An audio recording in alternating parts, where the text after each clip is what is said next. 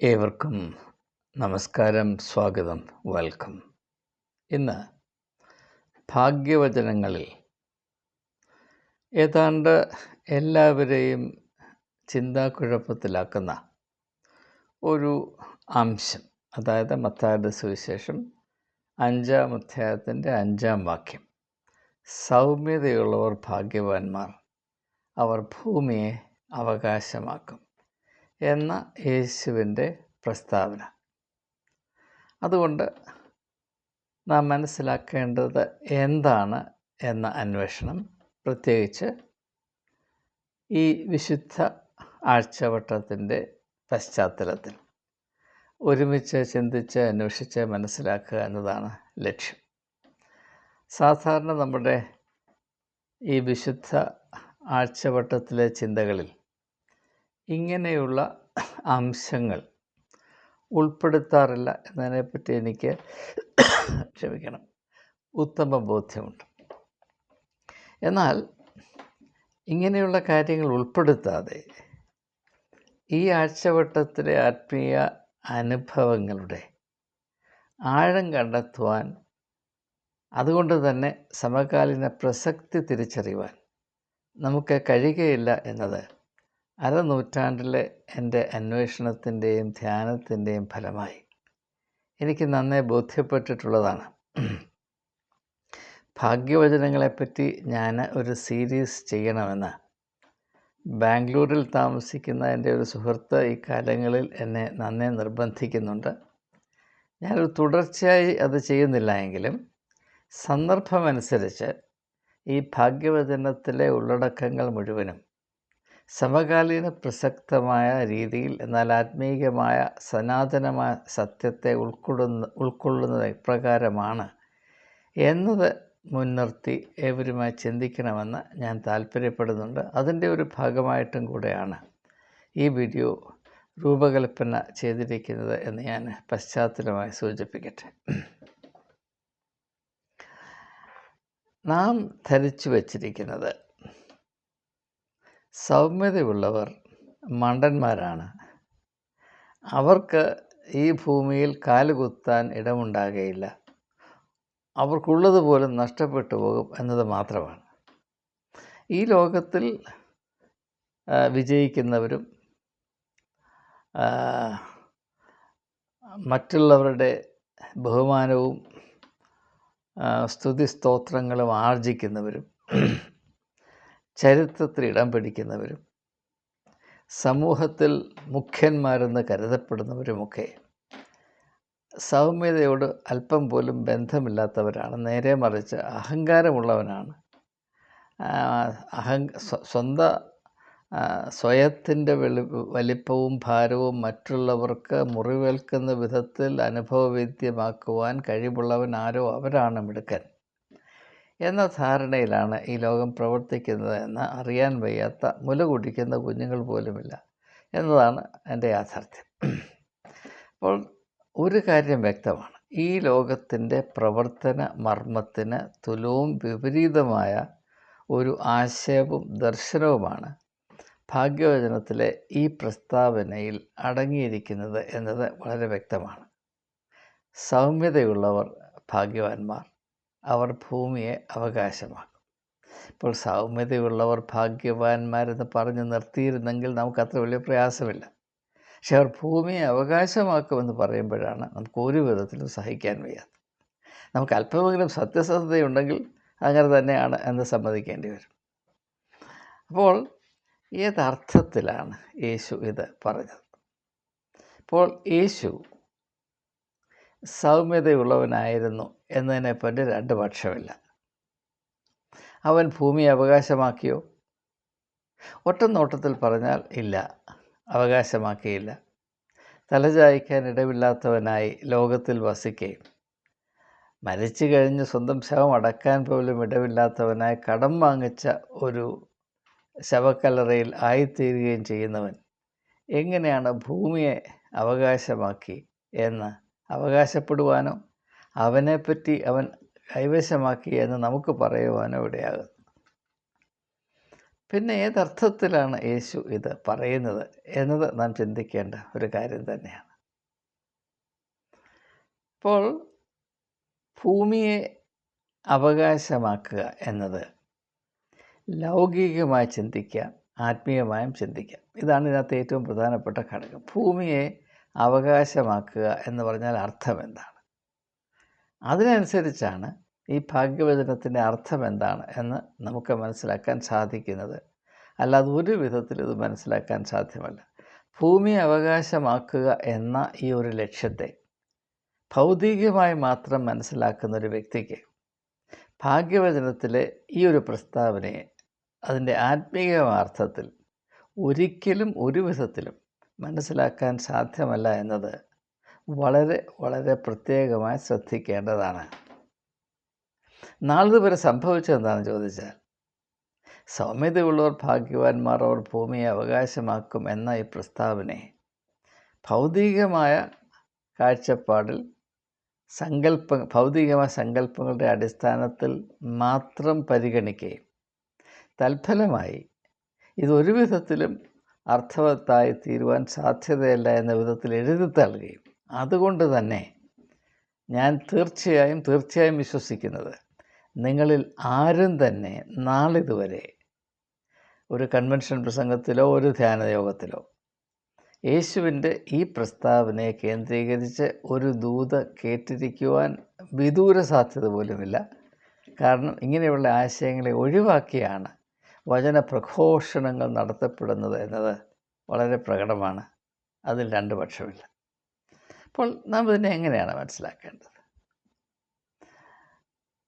സൗമ്യത എന്ന വാക്കുകൊണ്ട് നാം മനസ്സിലാക്കേണ്ടത് പ്രത്യേകിച്ച് യേശുവിൻ്റെ വ്യക്തിത്വത്തെയും അവൻ്റെ ഇഹലോക ദൗത്യത്തിൽ അവൻ പാലിച്ച അച്ചടക്കത്തെയും പ്രത്യേകിച്ച് അവൻ്റെ കഷ്ടാനുഭവത്തെയും, അതാണല്ലോ ഈ ആഴ്ചവട്ടത്തിലെ ക്രിസ്തീയ ലോകത്തിൻ്റെ ശ്രദ്ധ കേന്ദ്രം.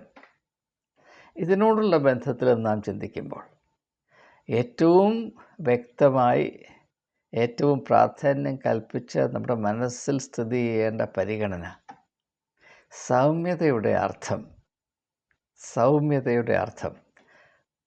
പ്രതിഫലം ഇച്ഛിക്കാതിരിക്കുക എന്നതാണ്. പ്രതിഫലത്തെപ്പറ്റി പ്രതീക്ഷയില്ലാതിരിക്കുന്ന അവസ്ഥയാണ് സൗമ്യത എന്ന വാക്കുകൊണ്ട് ഉദ്ദേശിക്കുന്നത്. ആരാണ് യഥാർത്ഥത്തിൽ സൗമ്യതയുള്ളവർ? സൗമ്യന്മാർ ആരാണ്? ഒരു പ്രവർത്തനത്തിൽ കൂടെയും ഒരു സംരംഭത്തിൽ കൂടെയും ഒരു അധ്വാനത്തിൽ കൂടെയും ഒരു ഇടപെടൽ കൂടെയും പ്രതിഫലം ഇച്ഛിക്കാതെ പ്രവർത്തിക്കുകയും നിലകൊള്ളുകയും ചെയ്യുന്നവർ മാത്രമാണ് ആത്മീകമായ അർത്ഥത്തിൽ സൗമ്യതയുള്ളവർ. ഭൗതികമായ അർത്ഥത്തിൽ സൗമ്യതയുള്ളവർ ആരാണ്? കയ്യൂക്കുള്ളവൻ്റെ മുമ്പിൽ ഓച്ചാനിച്ച് നിൽക്കുന്നവൻ, പണക്കാരൻ്റെ മുമ്പിൽ മുട്ടുകുത്തിയില്ലെങ്കിലും കേരളത്തിൻ്റെ ഭാഷയിൽ പറഞ്ഞാൽ മടക്കി കുത്തിയ മുണ്ടൊന്ന് അഴിച്ചിട്ട് ബഹുമാനം കാണിക്കുന്നവൻ, പിന്നെ അവനെ ബഹുമാനം കാണിച്ചില്ലേ അവൻ കൂമ്പിനിടിക്കും എന്ന പേടി കൊണ്ട് ആളുകളുടെ മുമ്പിൽ ബഹുമാനം കാണിക്കുന്നവർ. ഇപ്പോൾ മോദി സർക്കാരിനോട് കേരളത്തിലെ മെത്രാൻ ശ്രേഷ്ഠന്മാർ കാണിക്കുന്ന ബഹുമാനം പോലെ കാണിച്ചില്ല എങ്കിൽ ED വന്ന് മുട്ടും. അങ്ങനെ വളരെ സൗമ്യതയോടുകൂടെ ഇടപെടുന്ന ആളുകൾ നമ്മുടെ ഇടയിലുണ്ട്, നമുക്കറിയാം. അപ്പോൾ കയ്യൂക്കുള്ളവൻ്റെ മുമ്പിലും പണച്ചാക്കുകളുടെ മുമ്പിലും വരേണ്യവർഗത്തിൻ്റെ മുമ്പിലും മുട്ടുമടക്കുന്നവനാണ്, അല്ലെങ്കിൽ അവൻ്റെ മുമ്പിൽ വൈക്ലഭ്യത്തോടെ നിൽക്കുന്നവനാണ്. അവനെ കാണുമ്പോൾ സ്വന്തം മനസാക്ഷി മറക്കുന്നവനാണ്. പിന്നെ ഒരു പ്രശ്നത്തിലും കസേരയിലിരിക്കുന്ന ആളുകൾക്കോ തലപ്പത്തിരിക്കുന്ന ആളുകൾക്കോ നെറ്റി ചുളിക്കേണ്ടി വരാത്ത വിധത്തിൽ ഒന്നിലും ഒരു നിലപാടില്ലാത്തവരാണ് ഈ സൗമ്യതയുള്ളവർ എന്നാണ് പലരും ധരിച്ചിരിക്കുന്നത്. എന്നാൽ സ്ത്രീകളുടെ ഇടയിലേക്ക് കടന്നു വരുമ്പോൾ അങ്ങനെ മാത്രമല്ല, പിന്നെയോ തങ്ങളുടെ വില നിരാകരിക്കുന്നതാണ് സൗമ്യത എന്ന വലിയ ആത്മഹത്യയ്ക്ക് തുല്യമായ ഒരു തെറ്റിദ്ധാരണയിലാണ് ബഹുഭൂരിപക്ഷ ക്രിസ്തീയ കുടുംബങ്ങളിലും പെൺകുട്ടികളെ വളർത്തുന്നത് എന്നത് നാം വളരെ ഞെട്ടലോടെ തിരിച്ചറിയേണ്ട യാഥാർത്ഥ്യമാണ്. ദയവായി തിരിച്ചറിയുക. ആത്മീകമായ വെളിച്ചത്തിൽ പരിഗണിക്കുമ്പോൾ ഏറ്റവും അപകടകരമായ ഒരു സങ്കല്പമാണിത്. ദൈവം നമുക്ക് നൽകിയിട്ടുള്ള കഴിവുകളും സാധ്യതകളും താലന്തുകളും നിരാകരിക്കുന്നത് ഒരിക്കലും സൗമ്യതയല്ല, അത് സ്വയനിന്ദയും ദൈവത്തോടുള്ള അവഹേളനവുമാണ് എന്നത് ഈ കാലത്ത് നാം തിരിച്ചറിയണം. നമുക്ക് താലന്തുകൾ നൽകപ്പെട്ടിട്ടുണ്ട്. അത് നിരാകരിക്കുന്നത് സൗമ്യതയല്ല, ദൈവത്തോടുള്ള നന്ദികേടാണ്. മാത്രവുമല്ല, ആ താലന്ത് ഏറ്റെടുത്ത് വേണ്ടതുപോലെ പ്രയോജനപ്പെടുത്തുവാനുള്ള നമ്മുടെ മടി, ലേസിനെസ് കൊണ്ടാണ്. ആ മടി അല്ലെങ്കിൽ അധ്വാനിക്കാൻ കഴിവില്ലാതെ, മനസ്സില്ലാതെ മടി പൂണ്ട് കിടക്കുന്ന അവസ്ഥയെ ദയവായി നിങ്ങൾ ഈ സൗമ്യത എന്ന ആശയത്തോട് ഒരിക്കലും കൂട്ടിച്ചേർത്ത് വായിക്കരുത് എന്ന ഒരു അഭ്യർത്ഥന, ഒരു അഭയയാചന എനിക്കുണ്ട്. അപ്പോൾ അതുകൊണ്ട് വളരെ കൃത്യമായി വ്യക്തതയോടെ മനസ്സിലാക്കേണ്ട വളരെ പ്രാധാന്യമർഹിക്കുന്നൊരു വിഷയമാണിത്.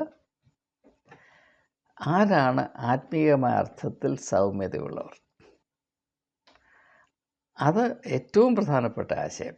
ഇത് യേശുവിൻ്റെ വ്യക്തിത്വത്തിൽ നിന്നും അവൻ്റെ പരസ്യ ശുശ്രൂഷയിൽ കൂടെയും, പ്രത്യേകിച്ച് ഞാൻ ആദ്യം സൂചിപ്പിച്ചതുപോലെ അവൻ്റെ കഷ്ടാനുഭവ വാരത്തിലെ നിലപാടുകളെ എല്ലാം സ്വാംശീകരിച്ചുകൊണ്ട് എനിക്ക് സാക്ഷ്യപ്പെടുത്തുവാൻ കഴിയുന്നത്, പ്രതിഫലേച്ഛയെ അതിജീവിക്കുന്നവൻ മാത്രമാണ് ആത്മീയമായ അർത്ഥത്തിൽ സൗമ്യതയുള്ളവൻ എന്ന യാഥാർത്ഥ്യം തിരിച്ചറിയുക.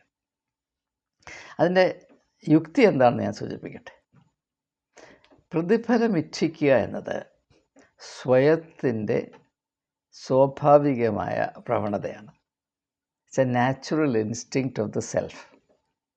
എക്സ്പെക്റ്റിംഗ് റിട്ടേൺസ്, പ്രത്യേകിച്ച് ലാഭകരമായ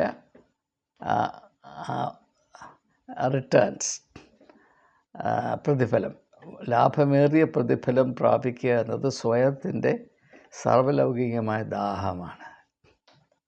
ആ ദാഹമാണ് സ്വയത്തെ സാഹചര്യമനുസരിച്ച് ഒന്നിൽ തെണ്ടിയാക്കുകയോ അല്ലെങ്കിൽ ഒരു സ്വേച്ഛാധിപതിയാക്കുകയോ ചെയ്തു.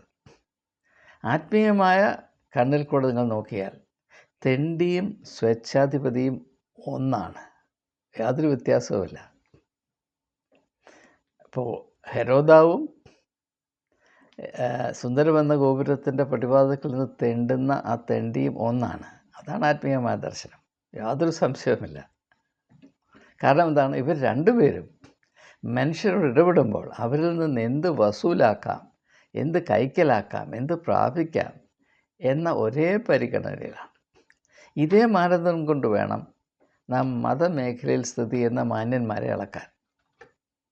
മനുഷ്യരോട് അവരിൽ നിന്ന് എന്ത് പ്രതിഫലം പ്രാപിക്കാം, അവരെ ഏത് വിധത്തിൽ സമർത്ഥമായി ദൈവത്തിൻ്റെ നാമത്തിൽ പോക്കറ്റടിക്കാം, ഏതെല്ലാം വിധത്തിൽ കൂടെ അവരുടെ സ്വത്ത്, അവരധ്വാനിച്ചുണ്ടാക്കിയ സ്വത്ത്, വരുമാനം,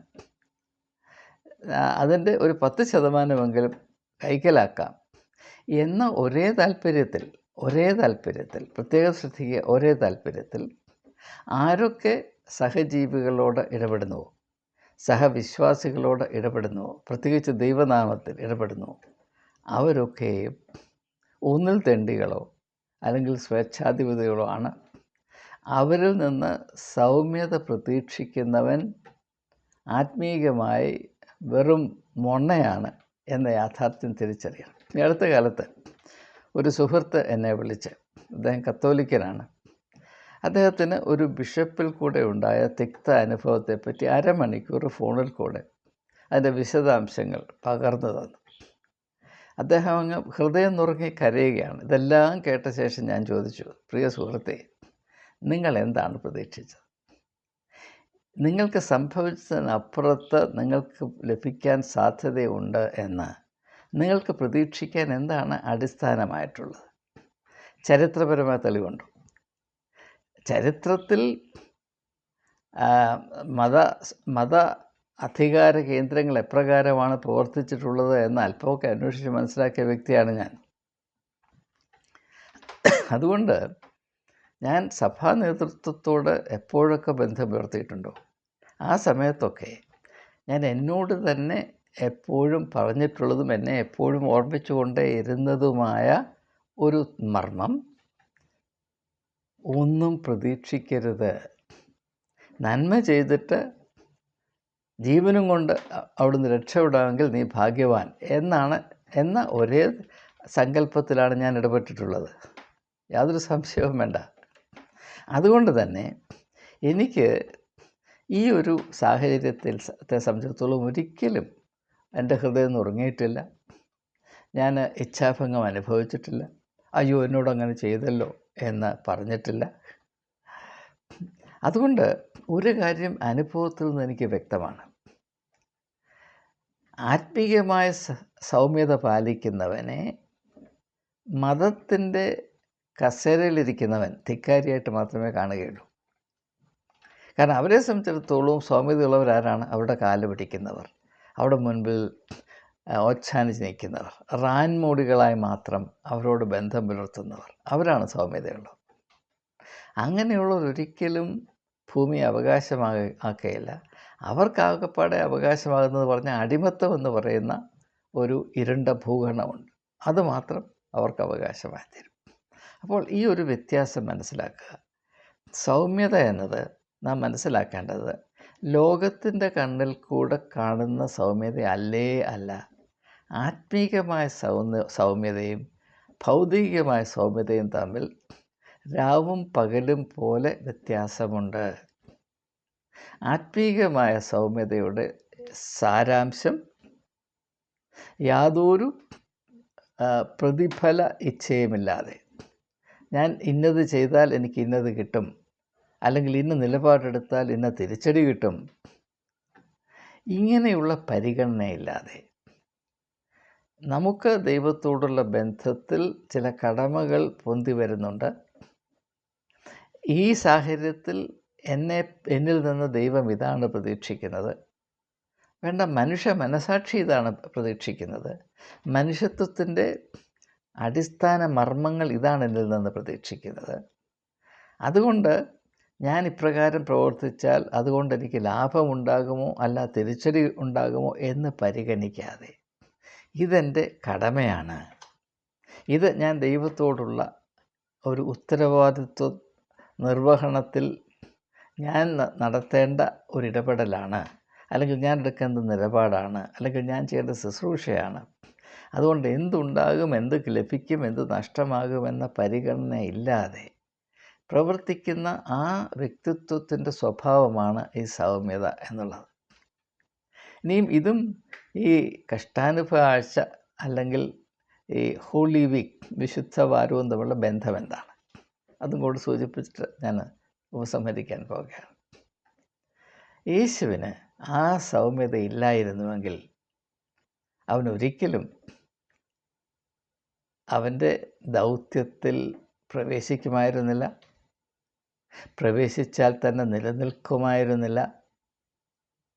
പ്രത്യേകിച്ച് തികച്ചും വ്യക്തമാണ്, പ്രത്യേകിച്ച് നാം ഈ പറയുന്ന ഈ കഷ്ടാനുഭവ ആഴ്ച യേശു നമ്മുടെ വിഭാവനയ്ക്ക് അതീതമായ വിധത്തിൽ ഒരു മനുഷ്യർക്കും സഹിക്കാൻ കഴിയാത്ത വിധത്തിലുള്ള കഷ്ടപ്പാട് മനുഷ്യരാശിയുടെ മുഴുവനും പാപഭാരമേറ്റുകൊണ്ട് തന്നെ മനഃപൂർവ്വം സമർപ്പിച്ച് ദൈവഹിത നിർവഹണത്തിന് വേണ്ടി ഏറ്റെടുക്കുന്ന ഈ കഷ്ടപ്പാട്,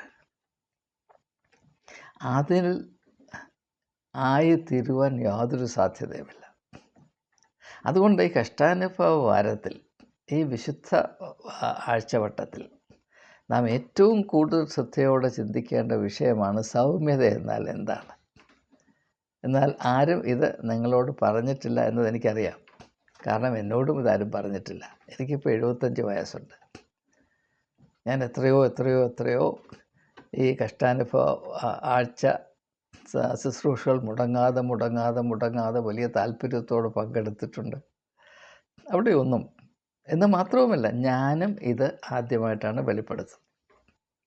കാരണം ഈ വിഷയത്തെപ്പറ്റി എനിക്ക് വ്യക്തതയുണ്ടായിട്ട് നാളധികമായില്ല എന്നത് തന്നെ. എന്നാൽ ഇത് അർഹിക്കുന്ന പ്രാധാന്യം എത്ര വലുതാണ് എന്ന് ഇപ്പോഴെനിക്ക് തിരിച്ചറിയാൻ സാധിക്കുന്നുണ്ട്. അപ്പോൾ യേശു ലോകത്തിൻ്റെ ഉദ്ധാരണത്തിനു വേണ്ടി തന്നെ നിരുപാധികമായി ഏൽപ്പിച്ചു കൊടുത്തതിൻ്റെ ഏറ്റവും അടിസ്ഥാന പ്രമാണം അവൻ്റെ സൗമ്യത തന്നെയാണ്. സൗമ്യതയില്ലാത്തവൻ യൂദാസിനെ പോലെ കച്ചവട മനോഭാവത്തിൽ മാത്രമേ രാഷ്ട്രീയത്തിലാണെങ്കിലും മതത്തിലാണെങ്കിലും പ്രവർത്തിക്കുകയുള്ളൂ. അതിൻ്റെ ഏറ്റവും നല്ല ഒരു പ്രതീകമാണ് ചന്ത എന്നുള്ളത്. അതാണ് യെരൂശലേം ദേവാലയത്തിൽ ഒരു ചന്ത കൂടെ ഉണ്ടായിരുന്നു. ചന്തയില്ലെങ്കിൽ ഒരു ദേവാലയവും ഒരു ആരാധനാലയവും പൂർണ്ണമാകുകയില്ല എന്നത് ഇക്കാലത്തെയും ഒരനുഭവമാണ്. ഞായറാഴ്ച ആരാധന എന്നതുപോലെ ഒരു ചന്ത ദിവസം കൂടെയാണ്. അവിടെ പിരിവുണ്ട്. പിരിവില്ലാത്തൊരു ആരാധനയില്ല. ആരാധന നടത്തുന്നത് തന്നെ പിരിവിന് വേണ്ടിയാണ് എന്നത് നിങ്ങൾക്ക് തിരിച്ചറിയാവുന്നതാണ്. അതിൻ്റെ മർമ്മം എന്ത് എന്നത് വെളിപ്പെട്ടില്ല എങ്കിലും അത് അനുഭവമാണ് എന്നത് തർക്കിക്കുന്ന ആരും ഉണ്ടാകുകയില്ല. അപ്പോൾ സൗമ്യത എന്താണ് എന്നതിനെപ്പറ്റി ഒരു അടിസ്ഥാന രൂപം ഉണ്ടായി കാണുമെന്ന് വിചാരിക്കുക. ഇനിയും എങ്ങനെയാണ് ഇപ്രകാരം സൗമ്യതയുള്ളവർ ഭൂമി അവകാശമാക്കുന്നത്? ഇത് വളരെ മനോഹരമായ ആശയമാണ്. എന്നെ കേൾക്കുന്ന പ്രിയ സുഹൃത്തുക്കളെ, ദയവായി മനസ്സിലാക്കുക. ഒന്നിനെ പറ്റിയും പ്രതിഫലേച്ഛയില്ലാതെ എന്നാൽ അതേസമയം കർമ്മോത്സുകരായി കഴിയുന്നവർക്ക് എല്ലാം സന്തോഷത്തിൻ്റെ അനുഭവമാണ്. ഇപ്പോൾ ഞാനൊരു കാര്യത്തിൽ ഇടപെട്ടു, ഒരാളെ സഹായിച്ചു. അനീതിക്കിരയായിരുന്നൊരു വ്യക്തിയോട് കൂടെ ചേർന്ന് നിന്ന് നീതിക്ക് വേണ്ടിയുള്ള അവൻ്റെ അന്വേഷണത്തിൽ അല്ലെങ്കിൽ അവൻ്റെ സമരത്തിൽ പങ്കുചേർന്ന് അതിൽ അവന് വിജയം കൈവരിക്കത്തക്കവണ്ണം എനിക്കാകുന്ന സംഭാവനകൾ ചെയ്തു എന്ന് വയ്ക്കുക. അങ്ങനെ ചെയ്ത ശേഷം എനിക്ക് അതിനെപ്പറ്റി യാതൊരു പ്രതീക്ഷയുമില്ല, പ്രതിഫലേച്ഛയില്ല എങ്കിൽ അവൻ എന്നോട് നന്ദിയുടെ ഒരു വാക്ക് പറയുമ്പോൾ എൻ്റെ മനസ്സ് സന്തോഷത്തിൻ്റെ സൂര്യോദയം അനുഭവിക്കും. അതാണ് ഇന്നത്തെ സന്തോഷം. ഇപ്പോൾ ഏതെങ്കിലും ഒരു വ്യക്തിയോടുള്ള ബന്ധത്തിൽ ആ വ്യക്തിയുടെ ജീവിതത്തിൽ നന്മ ചെയ്തു. പലരും പറയുന്നത്, പലരും കരഞ്ഞ് പറഞ്ഞിട്ടുണ്ട് എന്നോട്, ഞങ്ങൾ സഹായിച്ചവരൊക്കെ ഞങ്ങൾക്കെതിരെ തിരിഞ്ഞു, അല്ലെങ്കിൽ അവരെല്ലാം ഞങ്ങളെ അവഗണിച്ചു, ആരും ഞങ്ങളെ ഇപ്പോൾ കരുതുന്നില്ല എന്നൊക്കെ പറയുന്നവരുണ്ട്. പക്ഷേ മർമ്മം എന്താണെന്ന് ചോദിച്ചാൽ, ഇങ്ങനെ യാതൊരു പ്രതിഫലേച്ഛയുമില്ലാതെ ജീവിതത്തിൽ ദൈവഹിത നിർവഹിക്കുന്നു എന്ന പരിഗണനയിൽ മാത്രം നന്മ ചെയ്ത നാളുകൾ കഴിക്കുന്ന ആളുകൾ അവരുടെ ജീവിതത്തിൽ എപ്പോഴും ഒരു അത്ഭുതത്തിൻ്റെയും ആഹ്ലാദത്തിൻ്റെ അനുഭവമായിരിക്കും. എന്താണ്? ഒരു ചെറിയ കിരണം നന്മയുടെ അല്ലെങ്കിൽ സന്തോഷത്തിൻ്റെ അല്ലെങ്കിൽ നന്ദിയുടെ അല്ലെങ്കിൽ അംഗീകാരത്തിൻ്റെ ഒരു കിരണം കണ്ടാൽ അത് വലിയ സൂര്യോദയം പോലെ ആയിരിക്കും. അതേസമയം നമ്മളൊരു വ്യക്തിയിൽ നിന്ന് വലിയ പ്രതീക്ഷ വെച്ചുകൊണ്ട് അദ്ദേഹത്തെ സഹായിച്ചു, അദ്ദേഹത്തിൻ്റെ പ്രശ്നങ്ങളൊക്കെ കഴിഞ്ഞു, അദ്ദേഹം വന്ന് പറയുകയാണ്, എൻ്റെ പ്രതിസന്ധിയിൽ എന്നെ സഹായിച്ചതിന് നന്ദി എന്ന് പറഞ്ഞാൽ നമുക്കതിനകത്തൊന്നുമില്ല. നമ്മൾ പ്രതീക്ഷിക്കുന്നത് എന്താണ്?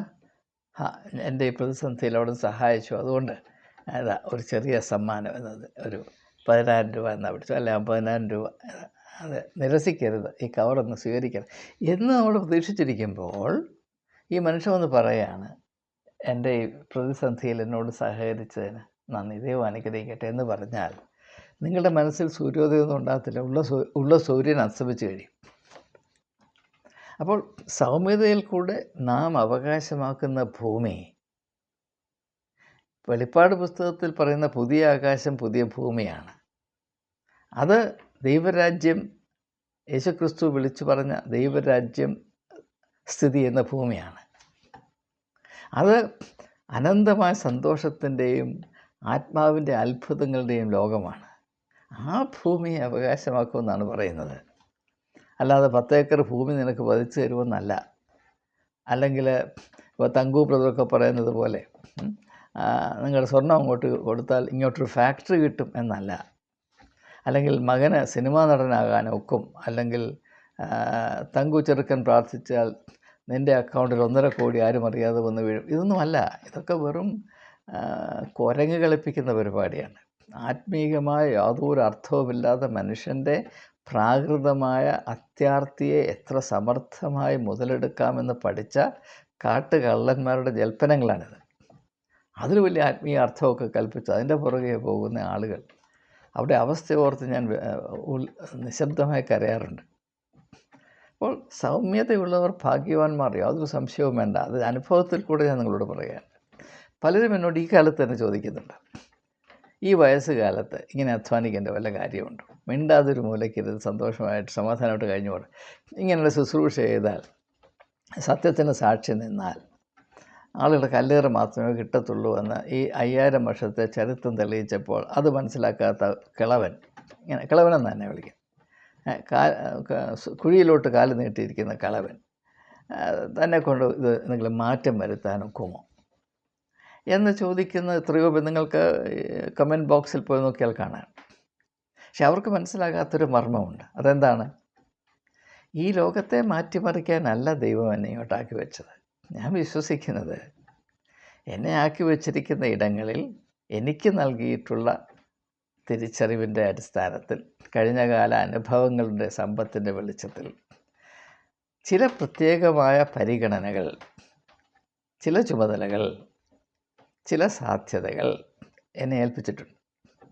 അത് അന്ത്യം വരെയും വിശ്വസ്തയോടുകൂടെ പ്രയോഗിക്കുക, പ്രയോജനപ്പെടുത്തുക. അതുകൊണ്ട് എന്ത് കൊയ്ത്തുണ്ടാകും എന്ന് ചോദിക്കുവാൻ എനിക്ക് അവകാശമില്ല. അതെൻ്റെ ഡിപ്പാർട്ട്മെൻ്റ് അല്ല, അതെൻ്റെ പോർട്ട്ഫോളിയോ അല്ല. അതുകൊണ്ടാണ് സുവിശേഷകനെ വിത്ത് വിതയ്ക്കുന്നവനോട് ഉപമിച്ചിരിക്കുന്നത്. വിതയ്ക്കുന്നവൻ വിതച്ച് പോകുകയാണ്. കൊയ്ത്ത് യഹോവയ്ക്കുള്ളതാകുന്നു, അത് വിതയ്ക്കുന്നവനല്ല. എന്നാൽ കൊയ്ത്ത് എൻ്റേതായിരിക്കണമെന്ന് പറഞ്ഞ് വിതയ്ക്കുന്നവൻ അവനെങ്ങനെയായിത്തീരുമെന്ന് ഇപ്പോഴത്തെ ക്രിസ്ത്യൻ ആൾദൈവങ്ങളെ മാത്രം നോക്കിയാൽ നിങ്ങൾക്ക് മനസ്സിലാകും. ഞാൻ അങ്ങനെയുള്ളൊരു ആൾദൈവമല്ല. അതുകൊണ്ട് എനിക്ക് 10 ആളുടെ കൈയടി കിട്ടിയില്ലെങ്കിലും, അല്ല 100 പേർ എന്നെ കല്ലെറിഞ്ഞാലും, ഈ ചെയ്യുന്നത് മുഴുവൻ വൃഥായാണ്, നിൻ്റെ ജൽപ്പനങ്ങൾ അസ്ഥാനത്താണ് എന്ന 10,000 പേര് നട്ടഹസിച്ചാലും അതെന്നെ ബാധിക്കുന്ന പ്രശ്നമില്ല. കാരണം ഞാൻ അത് കാണാനോ ആരുടെയും കൈയടി വാങ്ങിക്കാനോ വന്നവനല്ല. ചില കാര്യങ്ങൾ പറയാനുള്ള നിർബന്ധം എന്നിൽ കിടക്കുന്നു.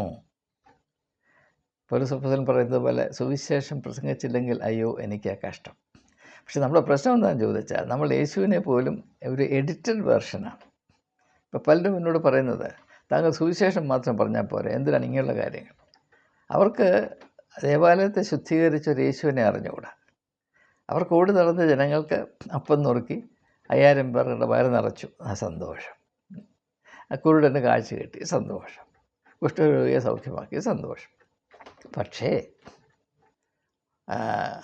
ഇംഗ്ലീഷ് കവിയായ വില്യം ബ്ലേക്കിൻ്റെ ഭാഷയിൽ പറഞ്ഞാൽ, ഒരു കടുവയെപ്പോലെ ഗർജിക്കുന്ന tiger burning bright in the forest of the night എന്നൊരു കവിതയുണ്ട്. അങ്ങനെ ഒരു യേശുവിനെ അറിഞ്ഞുകൂടാ. ചാട്ടവാറുകൊണ്ട് ദേവാലയത്തെ അശുദ്ധീകരിക്കുന്ന, കച്ചവടം നടത്തുന്ന, ജനങ്ങളെ വഞ്ചിച്ച് അവരെ അനീതിയായി കൊള്ളയടിക്കുന്ന ആളുകളുടെ മേശകൾ മറിച്ചിട്ട് അവരെ അവിടെ നിന്ന് അടിച്ചു പായിക്കുന്ന സിംഹത്തെ പോലെ അലറുന്ന ഒരു യേശുവിനെ അറിഞ്ഞുകൂടാ, അറിഞ്ഞാലും സ്വീകരിക്കുകയില്ല. അപ്പോൾ ഈ യാഥാർത്ഥ്യം നാം തിരിച്ചറിയാം. അതേസമയം തന്നെ യേശു ഒരു ചാട്ടവാറ് കൊണ്ട് സിംഹത്തെ പോലെ അലറി, അതുകൊണ്ട് അത് മാത്രമേ ചെയ്തുള്ളൂ എങ്കിൽ ഒരിക്കലും അവൻ മനുഷ്യാവസ്ഥയോട് പ്രതിപത്തി അല്ലെങ്കിൽ പ്രസക്തിയുള്ള ഒരു വ്യക്തിത്വമാകുകയില്ല. എല്ലാം കൂടെ ചേരുമ്പോൾ മാത്രമേ സൗമ്യതയാകുകയുള്ളൂ. യേശുവിൽ കണ്ട സൗമ്യതയിൽ തന്നെ ഭൂമിയുടെ പൊടിയോളം താഴ്ത്തുന്ന ആ സമീപനവും, അതേസമയം ദൈവത്തിൻ്റെ അധികാരം തീപാറുന്ന വിധത്തിൽ പ്രയോഗിക്കുന്ന ആ ഉത്തരവാദിത്വ ബോധവും, രണ്ടും കൂടെ കലരുമ്പോൾ മാത്രമേ ആത്മീയമായ സൗമ്യത ആകുകയുള്ളൂ. അങ്ങനെയുള്ള ജീവിതത്തിൽ അനന്തമായ സന്തോഷത്തിൻ്റെയും അത്ഭുതങ്ങൾ, ഓരോ ദിവസവും അത്ഭുതം കൊണ്ട് നിറഞ്ഞിരിക്കും. ആ അത്ഭുതങ്ങൾ നിറഞ്ഞിരിക്കുന്ന ഒരു ഭൂമിയെയാണ് അവരവകാശം ആക്കുന്നത്, അവർക്ക് അവകാശമായി ലഭിക്കുന്നത് എന്ന് മാത്രം സൂചിപ്പിച്ചുകൊണ്ട് ഇതിനെപ്പറ്റി നിങ്ങൾ കൂടുതലായി ഇതിനെപ്പറ്റി അന്വേഷണ ബുദ്ധിയോടെ പരിഗണിക്കണമേ എന്നുകൂടെ അപേക്ഷിച്ചുകൊണ്ട് വാക്കുകൾ ഉപസംഹരിക്കുന്നു. അർത്ഥവത്തായ ഈ വിശുദ്ധ വാരത്തിൽ പുതിയ ആത്മീയ മാനങ്ങളെ കണ്ടെത്തുവാൻ നമുക്കേവർക്കും കാരുണ്യവാനായ ദൈവം ഇടയാക്കട്ടെ എന്ന് പ്രാർത്ഥിച്ചുകൊണ്ട് ഇതിൽ സഹകരിക്കുന്ന ഏവരോടുമുള്ള എൻ്റെ നന്ദി രേഖപ്പെടുത്തിക്കൊണ്ട് വാക്കുകൾ ഉപസംഹരിക്കുന്നു.